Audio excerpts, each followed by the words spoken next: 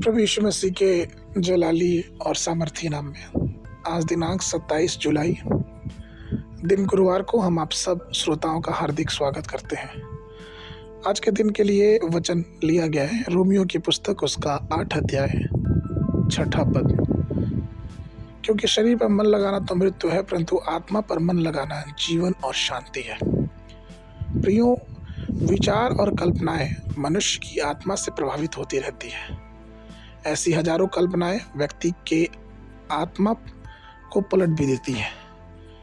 लेकिन जो लोग विजयी जीवन जीना चाहते हैं वे इन विचारों को नियंत्रित करते हैं कि जिस प्रकार दूसरा कुरिन्थियों की पत्री उसका 10 अध्याय 5 पद कहता है, सो हम कल्पनाओं को और हर एक ऊंची बात को जो परमेश्वर की पहचान के विरोध में उठती है खंडन करते हैं और हर एक भावना को कैद करके मसीह का आज्ञाकारी बना देते हैं।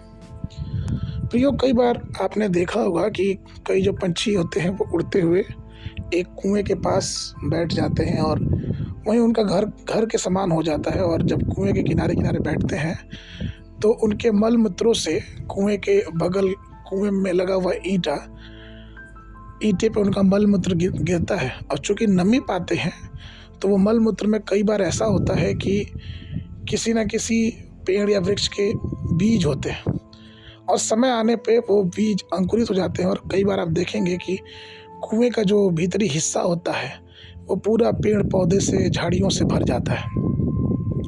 वो इसलिए क्योंकि कोई है नहीं जो उसको साफ करे। ठीक उसी प्रकार से प्रियो, हमारे भी आत्मिक विचार हैं। जब हमारे जीवन में संसार की बातें धीरे धीरे प्रवेश करेंगी और हमारा आध्यात्मिक जीवन चौकन्ना नहीं रहेगा इन सब चीज़ों को हटाने के लिए, तो एक समय ऐसा होगा कि हमारा आध्यात्मिक जीवन पूरी तरह से नष्ट हो जाएगा और सारी सुंदरता जाती रहेगी। हम विचारों को 2 प्रकार से विभाजित कर सकते हैं। पहला, पवित्र आत्मा द्वारा दिए गए शुद्ध और पवित्र विचार, और दूसरा, शरीर से उत्पन्न होने वाले बुरे विचार।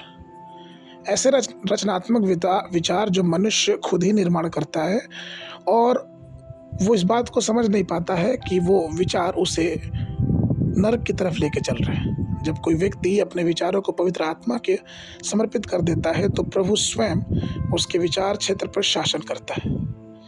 इसलिए रोमियो की पत्री 8 के 6वें पद में लिखा है कि आध्यात्मिक रूप से मन लगाना ही जीवन और शांति है। प्रियो, पवित्र आत्मा के विचार एकता के बारे में होंगे। यह आश्चर्यजनक रूप से व्यक्ति को परिवार में एकता और प्रेम की संगति में ले जाएगा। यह हमें ईश्वर और स्वर्ग से जोड़ता है। वहीं दूसरी ओर हमें परिवार में परमेश्वर की आत्मा सदस्यता के साथ एक साथ जोड़ती है, अर्थात परिवार की एकता। क्योंकि आत्मा हमें एक बनाती है और अगर हम पवित्र आत्मा से अपने जीवन की अगुवाई में चलेंगे तो ये होता है कि परिवार में परमेश्वर अपनी आत्मा से हमें एक बनाता है। यदि हम खेत में हल जोतते हैं, उससे एक तरफ बैल और दूसरी तरफ गधा होता है, तो ऐसा कभी नहीं हो सकता कि वो खेत जुता पाए।